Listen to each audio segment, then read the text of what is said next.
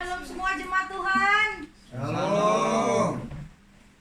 Bukan nih hari semua ceria-ceria. Mungkin semua sudah dos 2 nih. Kan semua sudah dos 2 nih. Itulah semua senyum. Oke, tanpa membuang masa, mari kita mulai bagian kita pada malam hari ini. Haleluya Tuhan Yesus. Haleluya, haleluya, haleluya. Inilah hidup kami ya Tuhan di hadapan-Mu. Terimalah kami ya Tuhan Yesus.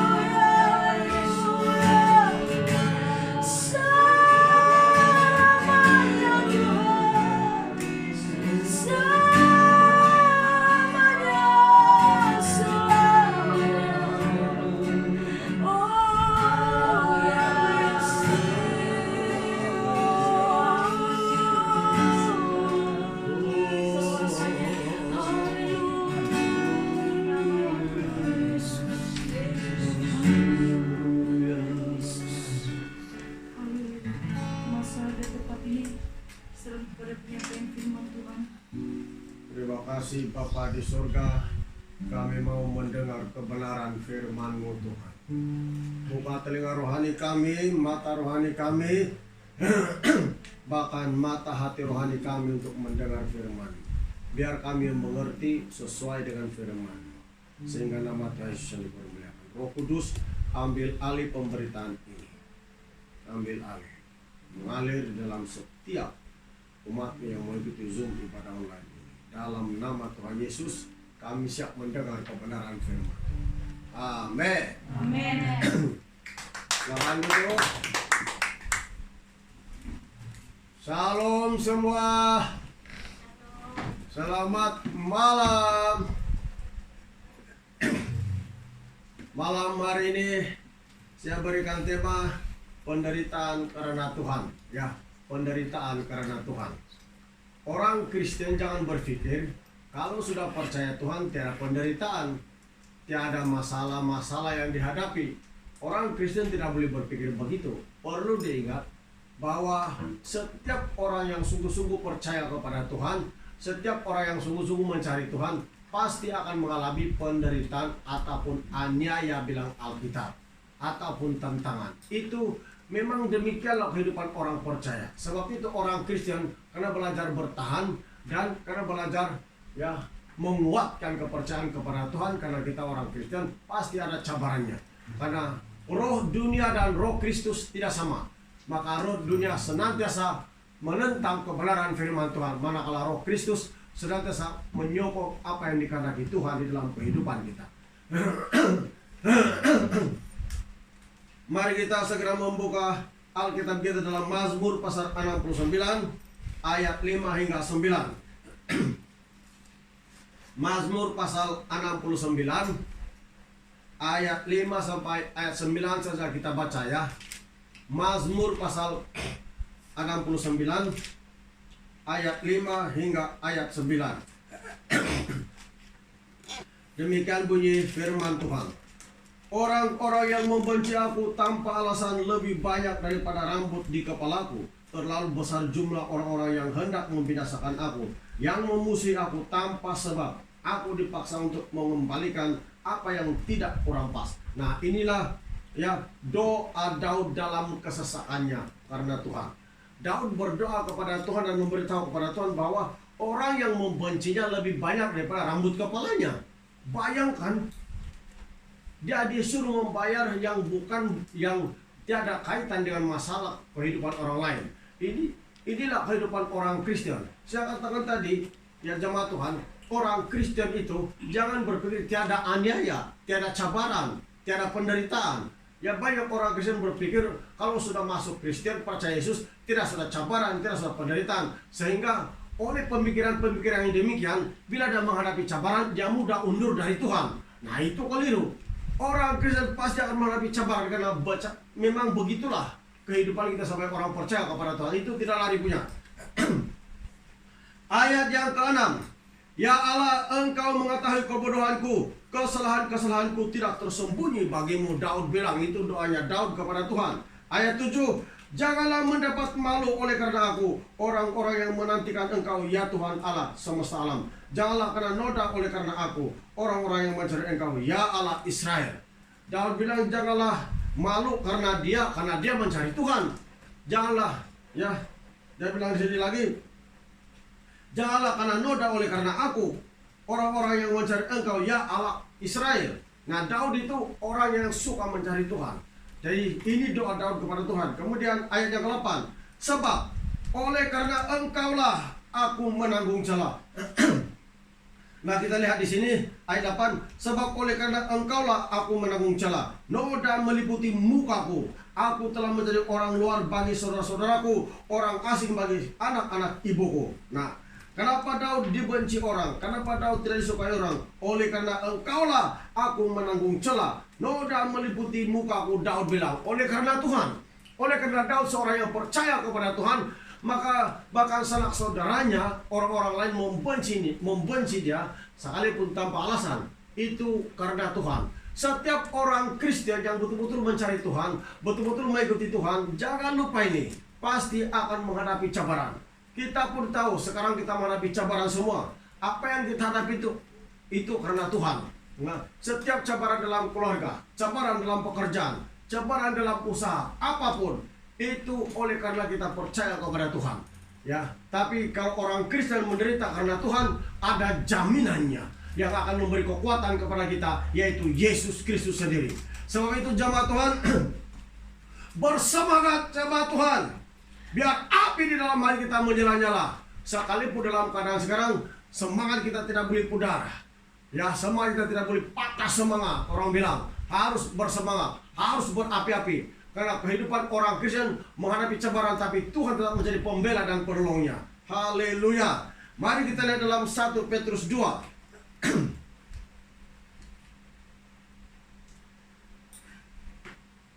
1 Petrus 2 ayat 19 hingga 20.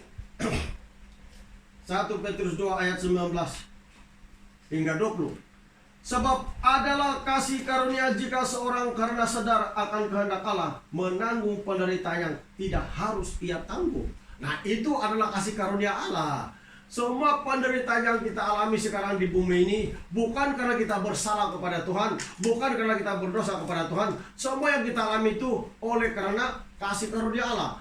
Jadi, sama ada kita menderita sengsara karena Injil ataupun tidak, semuanya itu adalah kasih karunia Allah. Jangan kita berpikir kalau kita menderita karena kebenaran, kalau kita menderita karena Yesus, itu bukan kasih karunia Allah. Tidak, itu adalah kasih karunia Allah juga. Sebab Yesus sendiri pun sudah menderita untuk kita. Amin. Maka itu adalah kasih karunia Allah kepada kita semua. Jadi kalau kita menderita, tiada bawang, kadirma, apa semua itu kasih karunia Allah. Amin.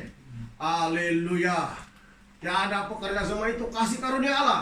Ya, harus sadar. Dia bilang di sini ayat 19, 1 Petrus 2 ayat 19, sebab adalah kasih karunia jika seorang karena sadar akan kehendak Allah menanggung penderitaan yang tidak harus ia tanggung. Menderita, siapapun penderitaan dia tidak harus dia tahu, tapi karena dia menderita sebab Yesus, karena dia menderita karena Injil, maka sadarlah kita jemaat Tuhan bahwa itu pun kasih karunia Allah kepada kita. Amin.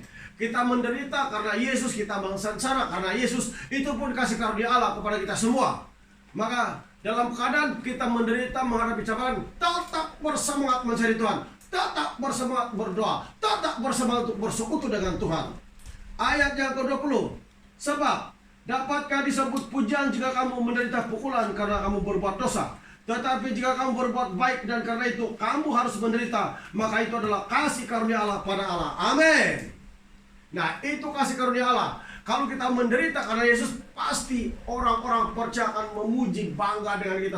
Mereka walaupun menderita tapi tetap setia kepada Tuhan. Nah, itu puji-pujian orang. Tapi itulah jemaat Tuhan, kalau kita menderita karena dosa, nah itulah ceritanya. Tapi kalau kita menderita karena kebenaran, itu adalah kasih karunia Allah kepada kita. Sebab itulah jemaat Tuhan, penderitaan yang kita alami sekarang ini jemaat Tuhan, apapun kita hadapi, merupakan kasih karunia Allah kepada kita semua. Jadi, teguhkan dan kuatkan hati kita di hadapan Tuhan. Jangan lemah semangat, tetap menyala-nyala semangat kita, kerinduan kita untuk bersekutu dengan Tuhan. Haleluya.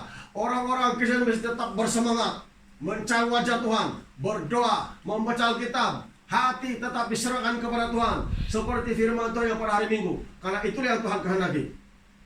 Ya, ingat firman Tuhan dalam Matius 5 ayat 10 ayat 12. Kita mau lihat itu firman Tuhan. Matius 5 bilang,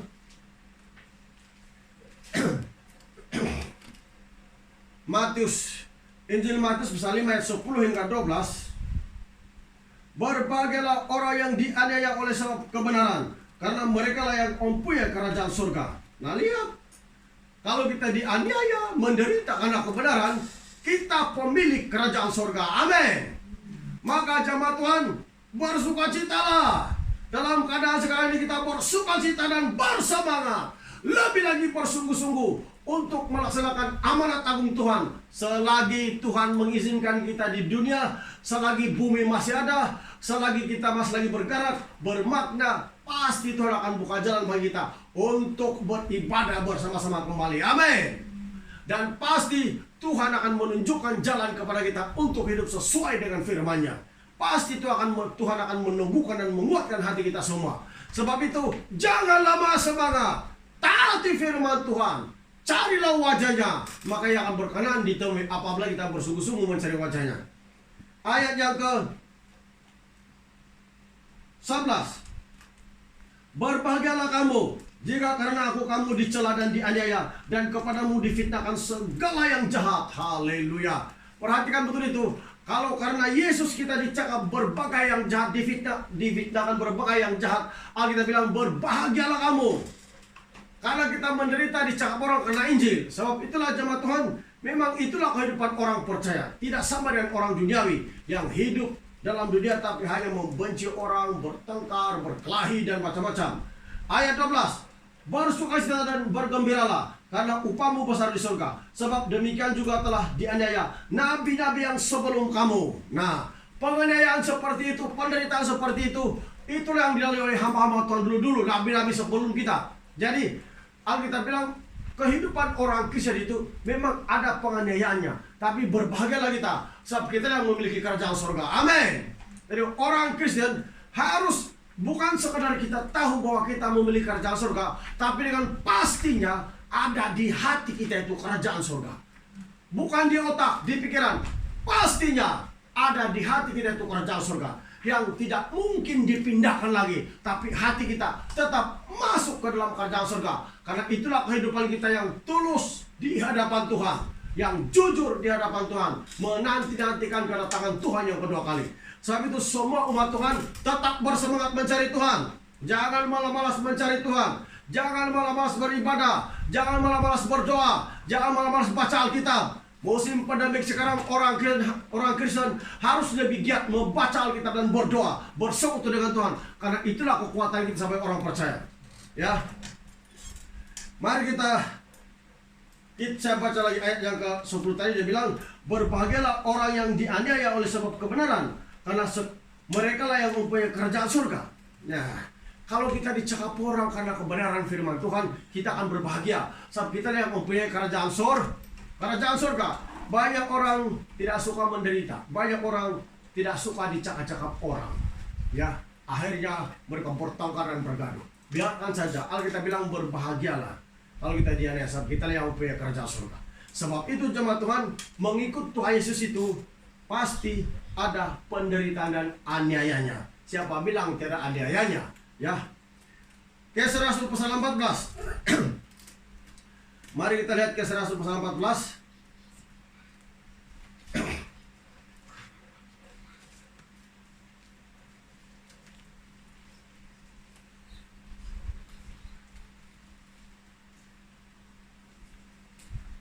Kisah Rasul 14 ayat 21 hingga 22. Kisah para Rasul pasal 14 ayat 21 hingga 22. Demikian bunyi firman Tuhan. Paulus dan Barnabas memberitakan Injil di kota itu dan memperoleh banyak murid. Lalu kembalilah mereka ke Listra, Ikonium, dan Antioquia. Di tempat itu mereka menguatkan hati murid-muridnya. Apa yang dikuatkan? Hati. Hari Minggu firman Tuhan, hati kita itu perlu dijaga, diserahkan kepada Tuhan betul-betul.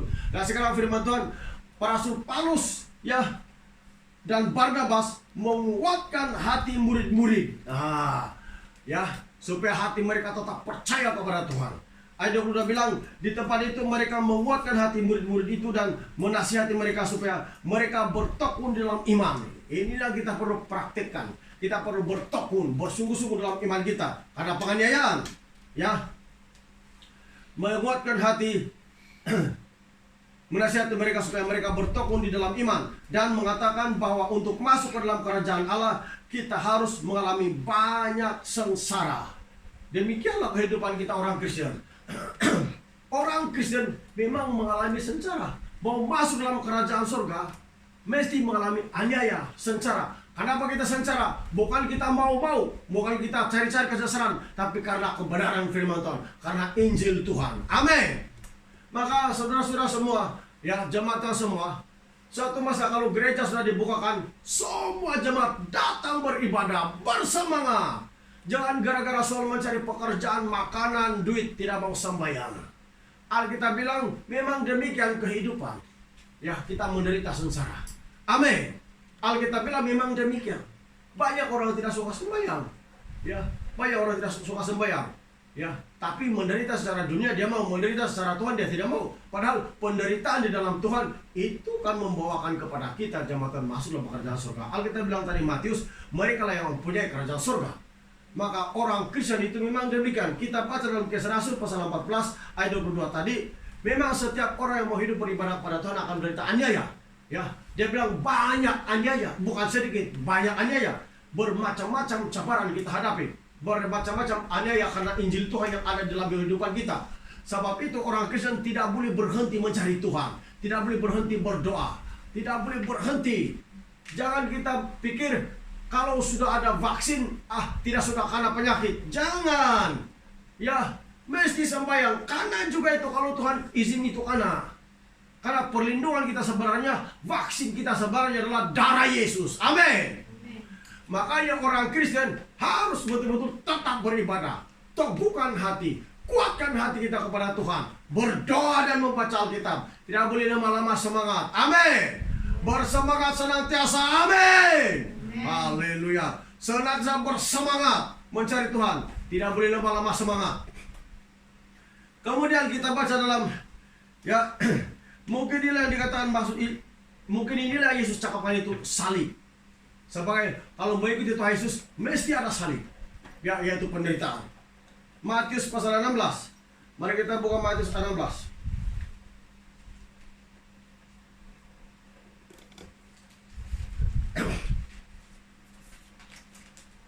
Ayat 24.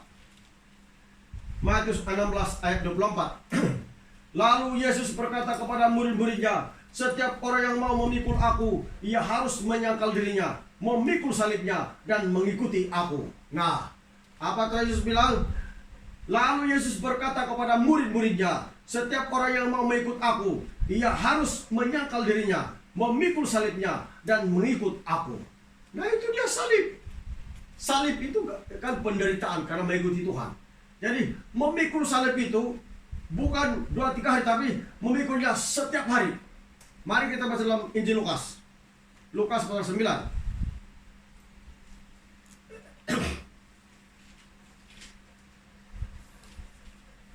Lukas pasal 9 ayat 23.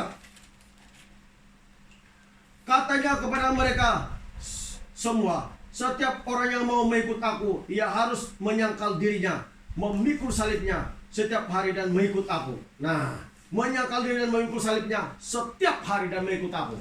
Jadi cabaran itu kadangkala 2-3 hari tidak, 1 tahun tidak. Tapi Yesus bilang dia sudah kasih tahu saja bahwa memikul salib. Pertama menyangkal diri dan memikul salib setiap hari. Setiap hari. Bermakna penderitaan, kesengsaraan yang kita alami karena Injil Tuhan pasti ada. Entah setiap hari, bulan, minggu, tahun. Kalau kita memang seorang yang percaya kepada Tuhan, tetap kuatkan dan teguhkan hati kita supaya kita dapat mengikuti Tuhan Yesus dengan hati yang tertuju kepada Tuhan. Karena ingat, setiap orang Kristen yang betul-betul percaya kepada Tuhan memang ada salib yang dipikulnya.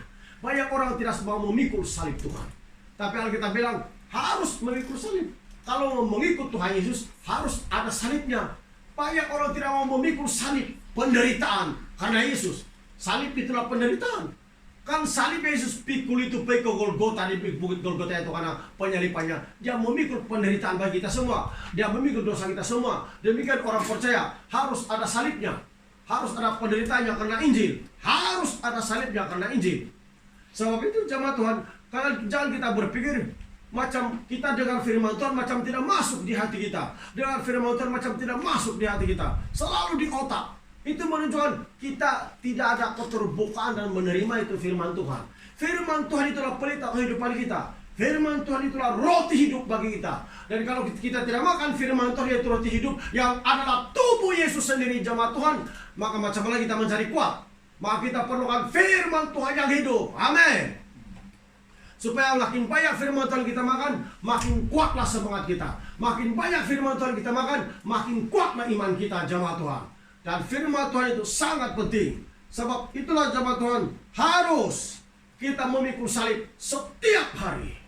Salib adalah penderitaan orang-orang percaya. Dan itu bukan dipikul sekali, 2 kali, tapi Yesus bilang memikul salibnya setiap hari. Penderitaan setiap hari dan macam-macam jemaat yang kita hadapi setiap hari. Penyakit, COVID semua kita hadapi. Itulah merupakan salib orang-orang percaya. Tapi kita bersyukur karena Tuhan masih izinkan kita hidup sampai sekarang. Kalau Tuhan tidak izin kita hidup sampai sekarang, macam mana keadaan kalau kita tidak bersiap-siap waktu kita dipanggil Tuhan? Sebab itulah Tuhan bilang harus kita semua orang Kristen ada persiapan yang berjaga-jaga. Ya, orang yang tahan memikul salib. Saya kasih tahu kepada jemaat Tuhan, orang yang tahan memikul salib adalah orang yang berakar di dalam kebenaran firman Tuhan. Orang yang berakar di dalam kebenaran firman Tuhan adalah mereka yang suka membaca Alkitab dan suka berdoa. Bukan sekadar membaca Alkitab, tapi firman Tuhan yang dia pahami itu jemaat Tuhan dilakukannya dalam hidupnya sehari-harian. Sekali kita orang Kristen tapi tiada perbuatan untuk bertindak sesuai dengan firman Tuhan, itu kan Kristen yang biasa-biasa. Itu kan orang Kristen yang kosong, tiada perbuatannya. Tapi orang Kristen yang kuat adalah orang Kristen yang berakar di dalam kebenaran firman Tuhan. Kalau tidak berakar, sekejap kita bersemangat, sekejap rohani kita maju, sekejap mundur. 2-3 hari kita tidak persekutuan daripada mundur lagi. Kenapa? Karena tidak berakar, tiada baca Alkitab, tiada berdoa, tidak membaca Alkitab dan tidak berdoa, tidak melakukan hukum-hukum Tuhan dan tidak mentaatinya. Sebab dipikir kita tiada sudah Tuhan macam begitulah. Tapi orang Kristen yang serius dengan Tuhan, orang Kristen yang hatinya Yesus itu di hatinya, pasti dia ada persekutuan dengan Tuhan sepribadinya. Mari kita baca Alkitab di dalam Markus pasal yang keempat.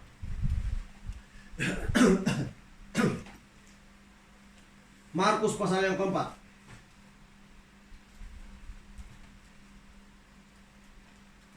Kita mulai membaca ayat 16 hingga 20. Markus pasal yang keempat, ya, perumpamaan tentang seorang penabur. Tajuk di atas, tema di atas, perumpamaan tentang seorang penabur. Ya, Markus pasal 4 ayat 16. Saya terus baca ayat 16. Demikian juga yang ditaburkan di tanah yang berbatu-batu, ialah orang yang mendengar firman itu dan segera menerimanya dengan gembira. Tetapi mereka tidak berakar dan tahan sebentar saja. Apabila kemudian datang penindasan atau penganiayaan karena firman itu, mereka segera murtad. Nah, orang boleh mendengar firman Tuhan, tapi kalau tidak berakar dalam kebenaran firman Tuhan, bila ada aniaya, penderitaan, bila ada salib yang dipikulnya, segera dia undur dari Tuhan. Segera imannya undur dari Tuhan. Sebab tidak berakar dalam kebenaran firman Tuhan. Dia dengar firman Tuhan, ya dengar. Tahu firman Tuhan, ya tahu. Tapi dia tidak buat. Dia tidak merasap di hatinya, tidak tinggal di hatinya, dan dia tidak buat. Artinya tidak berakar. Apalagi kalau orang langsung tidak suka baca Alkitab, di mana akarnya? Sebab itulah jemaat Tuhan, kekuatan sesebuah pokok adalah akarnya.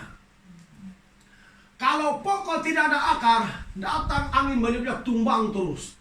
Jadi kekuatan sesebuah pokok karena akarnya. Tanpa akar dia tidak akan kuat. Kekuatan iman seseorang, kalau firman Tuhan itu berakar di dalam hatinya. Kalau firman Tuhan tidak berakar di dalam hatinya, selama-lamanya dia akan menjadi orang Kristen yang mudah diombang-ambingkan oleh penderitaan, aniaya dunia. Sebab firman Tuhan yang dia dengar dan tahu tidak berakar dalam hatinya, tidak tumbuh, tidak maju-maju. Amin.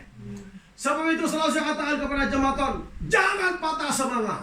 Orang Kristen yang suka membaca Alkitab, orang Kristen yang suka berdoa, orang Kristen yang menjalankan hidupnya sesuai dengan firman Tuhan sehari-hari, pasti firman Tuhan itu akan berakar di dalam hatinya. Apabila berakar, dia akan menjadi orang Kristen yang mantap, yang tangguh, yang kuat menghadapi cabaran karena Yesus Kristus. Orang seperti inilah yang tidak akan menyangkal Tuhan. Walau apapun dihadapinya, dia tidak akan menyangkal Tuhan karena firman sudah berakar dalam hatinya. Tidak mudah dicabut. Sudah berakar. Kalau sebuah pokok tidak akarnya, pasti akan tumbang. Demikian iman orang Kristen. Kalau kita tidak berakar, kalau firman Tuhan tidak berakar dalam hati kita, maka itulah bila mengalami penderitaan, aniaya, sekejap orang undur, sekejap orang tawar hati. Karena firman Tuhan tidak berakar. Dia tidak terima dengan hati yang terbuka. Hatinya tidak menerima dengan hati yang terbuka. Sebab itulah firman Tuhan harus berakar, dan orang Kristen harus menjadi contoh dari segi ketekunan dan kesungguhannya untuk mencari Tuhan. Ayat 16 bilang tadi, demikian juga yang ditaburkan di tanah yang berbatu-batu, ialah orang-orang yang mendengar firman itu dan segera menerimanya dengan gembira. Banyak juga orang Kristen seperti itu. Bila dengar firman Tuhan, kalau begini kau diberkati, kalau begitu Tuhan Yesus kau selamat, kalau begini kau dikasih oleh Tuhan. Banyak orang Kristen senang sekali menerima bila mendengar pemberitaan seperti itu. Memang betul. Tetapi kalau firman Tuhan yang dia terima itu tidak berakar dalam hatinya jemaat Tuhan, tidak lama undur lagi daripada Tuhan. Karena tidak berakar. Jadi perlu itu firman Tuhan berakar. Kita akan belajar membaca Alkitab di rumah. Ya, ayat 17 bilang, tetapi mereka tidak berakar dan tahan sebentar saja. Apabila kemudian datang penindasan atau penganiayaan karena firman itu, mereka segera murtad. Nah, bayangkan bila ada penderitaan orang bermacam-macam, penderitaan mencari pasangan, penderitaan begini bekerja, ekonomi semua, banyak gara-gara itu orang boleh undur dari Tuhan. So, firman Tuhan tidak berakar. Jadilah orang Kristen yang betul-betul dari dalam hati kita memuji dan menyembah Tuhan. Karena firman Tuhan yang pada hari Minggu itu, sekalipun mulut kita memuji memuliakan nama Tuhan, tapi kalau hati kita jauh daripada Tuhan, Tuhan tidak akan terima penyembahan kita. Amin. Tuhan tidak akan terima. Jadi di rumah kita, di gereja kita, dimanapun kita berada, harus Yesus Kristus itu nyata sekali di dalam hati kita, di dalam kehidupan kita, sehingga di mana kita berada, kita rasakan bahwa roh-roh jahat gemetar di hadapan kita. Karena ada Yesus yang hidup di dalam hati kita betul-betul. Amin. Orang Kristen harus ada pendirian dan keimanan yang teguh kepada firman Tuhan. Jadi biarkan firman Tuhan itu berakar di dalam hati kita. Jangan tidak berakar. Itulah pembuatnya banyak orang tidak mau sembahyang. Karena tiada firman Tuhan dalam hatinya yang sudah berakar. Hanya diganggu dengan ekonomi, kehidupan seharian, sudah tidak mau lagi beribadah kepada Tuhan. Bila roh jahat kasih kirim kepadanya, malu datang di gereja, lama tidak datang. Itu pekerjaan roh jahat menghalang keselamatan Anda sendiri. Dan kalau kita tidak lawan itu dengan iman, maka kita akan ditewaskan oleh roh jahat dan dipengaruhinya. Sebab itu orang Kristen harus bangkit dari sekarang, bahwa kita orang Kristen ada firman yang hidup. Ya, firman yang seperti palu yang menghancurkan bukit batu. Sebab itu berakarlah itu firman Tuhan dalam hati kita. Biarkan Roh Kudus masuk dalam hati kita dan membuatkan hati kita baru, sehingga kita lebih lagi mengasihi Tuhan dan mencintai Tuhan daripada sebelumnya, jemaat Tuhan. Ayat yang ke-18. Dan yang lain ialah yang ditaburkan di tengah semak duri. Itulah yang mendengar firman itu. Lalu kekhawatiran dunia ini dan tipu daya kekayaan dan keinginan-keinginan akan hal yang lain masuklah menghimpit firman itu sehingga tidak berbuah. Nah, bayangkan berapa banyak menghimpit orang Kristen sekarang, yaitu kekhawatiran dunia. Siapa bilang kekhawatiran dunia tidak menghimpit orang-orang percaya? Menghimpit orang-orang percaya. Ekonomi itu kekhawatiran dunia, kehidupan kita itu kekhawatiran dunia. Tapi tahukah kita, Yesus bilang, aku menyertai kamu dimanapun kamu berada. Artinya dimanapun kita berada, kalau hati kita diserahkan kepada Tuhan, sudah betul-betul hati kita percaya kepada Yesus, kita tidak perlu takut. Sebab tidak mungkin Tuhan melupakan kita, tidak mungkin Tuhan membiarkan kita. Sedang Tuhan sendiri memberikan kekuatan kepada rasul-rasulnya. Amin. Ya, bukankah Yesus sendiri cakap, kuatkanlah hatimu, Yesus bilang, aku telah mengalahkan dunia. Amin. Haleluya. Kita lihat ayat yang ke-20, belum habis lagi. Dan akhirnya yang ditaburkan di tanah yang baik ialah orang yang mendengar dan menyambut firman itu lalu berbuah. Dan yang ada yang 30 kali lipat, ada yang 60 kali lipat, dan ada yang 100 kali lipat. Orang yang berbuah, orang yang berakar. Ayat 20 bilang, dan akhirnya yang ditaburkan di tanah yang baik ialah orang yang mendengar dan menyambut firman itu lalu berbuah. Nah, inilah orang yang apabila dia mendengar firman Tuhan itu berakar di dalam dirinya. Kenapa berakar? Dia sambut itu firman Tuhan. artinya dia betul-betul menerima itu firman Tuhan. Amin. Dia sambut itu firman Tuhan, artinya dia betul-betul menerima itu firman Tuhan dan dilakukannya dalam kehidupannya sehingga dia berbuah, bertumbuh. Haleluya. Inilah dia orang Kristen yang firman Tuhan itu tetap berakar dalam dirinya. Dia ada keterbukaan untuk menerima kebenaran firman Tuhan. Ya, dia ada keterbukaan, bukan sekarang dia dengar tapi hatinya bagus, lembut. Injil Matius bilang tanah, ya, seperti tanah yang subur. Jadi firman hatinya yang bagus itu dapat menerima firman Tuhan seperti tanah yang subur. Maka dia berbuah, dia bertumbuh. Nah, inilah orang yang ya firman Tuhan itu berakar dalam hati, yaitu keterbukaannya menerima firman Tuhan. Dia sambut itu firman Tuhan yang dia dengar. Dia bilang ayat 20. Dan akhirnya yang ditaburkan di tanah yang baik ialah orang yang mendengar dan menyambut firman itu lalu berbuah. Apa dia bilang? Orang yang mendengar dan menyambut firman Tuhan itu dan berbuah. Banyak orang pilih-pilih firman Tuhan. Kalau firman Tuhan itu menegur dosanya, dia tidak berapa suka. Kadang-kala itu pendeta pun dia tidak suka, karena dia tidak mau berubah. Mana firman Tuhan berakar dalam hidup kita? Kalau begitu, dia tidak akan berakar. Hanya orang yang betul-betul menyambut firman Tuhan itu, barulah firman Tuhan itu berakar di dalam diri kita. Kalau kita tidak menyambut, tidak akan berakar. Sebab itulah Tuhan Yesus bilang, dia kasihkan kita. Yesus bilang, kuatkanlah hatimu, aku telah mengalahkan dunia. Nah, semua perkara-perkara dunia Yesus sudah kalahkan, tewaskan 2000 tahun yang lalu. Tapi Tuhan bilang, kuatkanlah hatimu. Amin. Dia bilang, kuatkanlah hatimu. Artinya, sekalipun Yesus itu ada, perlu juga orang-orang percaya itu menguatkan kepercayaannya kepada Tuhan. Amin. Karena banyak aniaya, banyak cabaran yang kita hadapi, maka kita perlu kuatkan hati kita kepada Tuhan. Hati juga yang Yesus cakap yang perlu dikuatkan. Bukan pemikiran kita, bukan otak kita, bukan teologi kita, bukan sekolah tinggi kita. Yesus bilang, kuatkan sekolah tinggi kau, kuatkan teologi kau. Yesus tidak cakap begitu, tapi kuatkan hatimu. Amin. Kuatkan hatimu kepada Tuhan. Kuatkan hatimu kepada Tuhan. Semua manusia ada hati. Entahkah orang kaya, entahkah orang miskin, merdeka atau hamba, semua ada hati. Entahkah binatang, ada hati. Haleluya. Kalau kita merasa kita ada hati yang diciptakan Tuhan segambar dengan Dia, kuatkan hati kita dalam penderitaan, karena Yesus lebih duluan menderita untuk kita. Haleluya. Haleluya. Jangan lama-lama semangat jemaat Tuhan. Bersemangat senantiasa. Jangan lama-lama semangat, bersemangat senantiasa. Amin. Alkitab bilang, Yesus bilang, kuatkan hatimu, sebab aku telah mengalahkan dunia. Bikin apa Anda tidak mau kuatkan? Kalau Yesus tidak kuatkan hatinya di kayu salib, bagaimana kita diselamatkan? Pikir betul-betul. Tapi karena Yesus kuatkan semangatnya. Bagaimana Yesus menguatkan semangatnya? Sebelum dia ditangkap, dia berdoa di Taman Getsemani. Alkitab mencatat dalam Injil Lukas, waktu dia berdoa, bulunya seperti titik-titik darah jatuh di atas batu, menunjukkan dia perlu kekuatan daripada Bapa. Sehingga Alkitab mencatat, turun malaikat memberi kekuatan kepada Yesus. Barulah hatinya kuat. Jadi semua penderitaan yang kita hadapi memang berat, tapi Yesus bilang, kuatkanlah hatimu, aku telah mengalahkan dunia. Amin.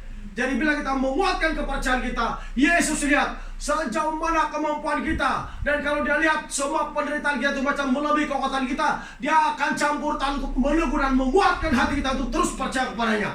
Amin. Alkitab bilang, kalau Yesus dicobai, maka dia juga ya ada cara atau ada kuasa atau berkuasa melepaskan kita dari segala pencobaan yang kita hadapi. Makanya jemaat kita harus kuatkan hati kita kepada Tuhan. Kuatkan. Mari kita baca dalam Yohanes pasal 16. Yohanes pasal 16 ayat 33. Yohanes pasal 16 ayat 33. Semuanya itu kukatakan kepadamu supaya kamu beroleh damai sejahtera dalam aku. Dalam dunia kamu menderita penganiayaan. Yesus tahu Sementara kita hidup di dunia, penganiayaan banyak yang kita hadapi. Seluruh umat Tuhan di seluruh dunia menderita banyak penganiayaan karena Injil. Tapi apa Yesus bilang? Dia bilang di sini, semuanya itu kukatakan kepadamu, supaya kamu beroleh damai sejahtera dalam aku. Dalam dunia kamu menderita penganiayaan, tetapi kuatkanlah hatimu. Aku telah mengalahkan dunia. Amin. Yesus bilang, kuatkanlah hatimu. Tuhan bilang kepada Yesua, kuatkan dan teguhkanlah hatimu. Sebab nanti dia membawa bangsa Israel ke tanah perjanjian, dia akan mengalami peperangan yang dahsyat dan luar biasa. Maka kuatkan dan teguhkanlah hati kita. Amin. Mesti kuat, mesti teguhkan hati kita. Berjuang karena nama Tuhan. Tidak boleh lemah-lemah semangat. Dengar nih jemaat Tuhan, apapun kita hadapi, kuatkan hati kita. Jangan tidak mau sembahyang, utamakan Tuhan. Jangan gara-gara makanan Anda tidak mau sembahyang. Itu mana ada kuat itu? Ya, mana ada firman Tuhan berakar begitu itu? Jadi, setan sedang permainkan kita itu demikian. Setan sedang merampas hidup kita supaya kita masuk neraka itu. Cara hidup demikian. Maka kita perlu kuatkan kepercayaan kita kepada Tuhan. Harus. Ya, karena Yesus bilang, aku telah mengalahkan dunia.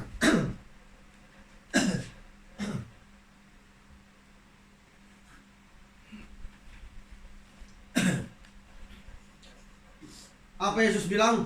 Kuatkanlah hatimu sebab aku telah mengalahkan dunia. Saya percaya jemaat Tuhan, Tuhan Yesus pasti akan menguatkan kita semua. Amin. Saya percaya sekali sebab kalau Rasul Paulus menulis surat kepada Timotius, dalam tulisannya yang kedua, dia menulis demikian, bahwa dalam penderitaan yang dihadapinya itu, Tuhan Yesus telah memberikan kekuatan kepadanya dan melepaskannya dari penderitaan juga. Kalau Tuhan Yesus kasih lepas Paulus daripada penderitaan, maka dia juga akan kasih lepaskan kita. Amin. Ada masa dia akan kasih lepaskan kita nanti. Sebab itu jemaat Tuhan, kuatkanlah hati kita di hadapan Tuhan. Percaya kepada Yesus, beribadah kepadanya dengan tekun dan dengan hati yang penuh pasrah kepadanya. Jangan malas-malas mencari Tuhan. Ayat terakhir, mari kita lihat dalam 2 Timotius.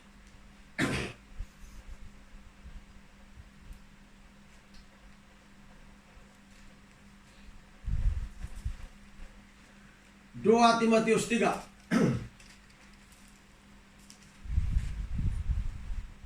ayat 10 sampai ayat 11. 2 Timotius 3 ayat 10 sampai ayat 11. Tetapi engkau telah mengikut ajaranku, cara hidupku, pendirianku, imanku, kesabaranku, kasihku dan ketekunanku. Engkau telah ikut menderita penganiayaan dan sengsara seperti yang telah kuderita di Antioquia dan di Ikonium dan di Listra. Semua penganiayaan itu kuderita dan Tuhan telah melepaskan aku daripadanya. Amin. Kalau Tuhan Yesus melepaskan Paulus dari penderitaannya, saya percaya Tuhan juga ada kuasa melepaskan kita daripada segala sengsara yang kita hadapi sekarang. Amin. Saya percaya. Kalau Paulus yang Tuhan lepaskan, kenapa kita tidak? Yang penting kita mau sungguh-sungguh percaya kepada Tuhan. Sebab itu jemaat Tuhan, kuatkan hati kita terhadap apa yang kita hadapi. Penganiayaan, kesengsaraan karena kebenaran Injil. Karena Tuhan Yesus juga ada masanya untuk melepaskan kita semua. Amin. Tuhan Yesus akan melepaskan kita semua bila sudah masa waktunya. Maka tetap setia, tetap berjuang karena nama Tuhan, tetap menyatakan kebenaran Injil, tetap melayani Tuhan, tetap berdoa dan membaca Alkitab di rumah, supaya hubungan kita dengan Tuhan tetap kekal dan roh jahat lari dalam kehidupan kita. Tidak mengganggu ekonomi, kehidupan keluarga dan anak-anak kita terpelihara oleh kasih karunia Tuhan karena kita mendekatkan diri kepada Tuhan. Sekarang firman Tuhan, mari kita bangkit berdiri.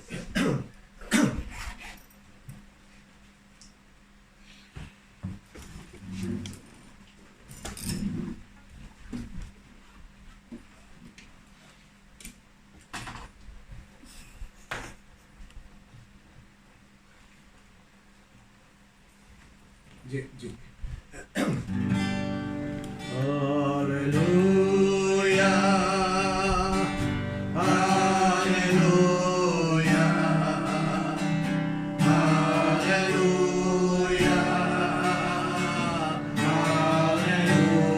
haleluya.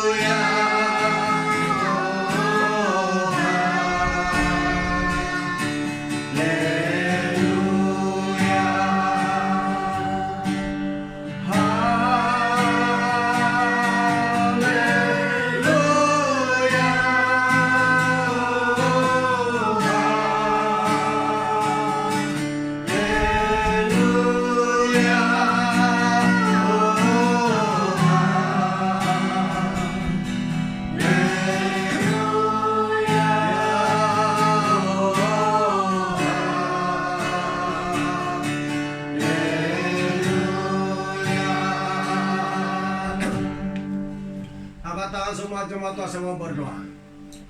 Bapa di sorga, dalam nama Tuhan Yesus Kristus, seluruh jemaat Tuhan yang terangkat tangannya pada malam hari ini Tuhan, saya berdoa dalam nama Tuhan Yesus, segala berkat daripada-Mu Tuhan turun ke atas mereka semua. Berkat damai sejahtera, berkat kekuatan, berkat semangat, berkat kesehatan, berkat ekonomi, apapun turun ke atas mereka dalam nama Yesus. Api Roh Kudus, api Roh Kudus mengalir kepada mereka semua. Lindungi mereka, darah Tuhan Yesus membentengi mereka semua, membentengi kami semua. Darah Tuhan Yesus sehingga semua sakit penyakit, coronavirus, varian, gamma apa semua hancur dalam nama Yesus Kristus. Hancur dalam nama Yesus. Hancur dalam nama Yesus. Dan dalam nama Tuhan ditinggikan dalam segala perkara. Terima kasih Tuhan Yesus, terima kasih. Dalam nama Yesus Engkau memberkati semua jemaat-Mu dan lindungi setiap kami melalui. Dalam nama Tuhan Yesus kami berdoa. Amin.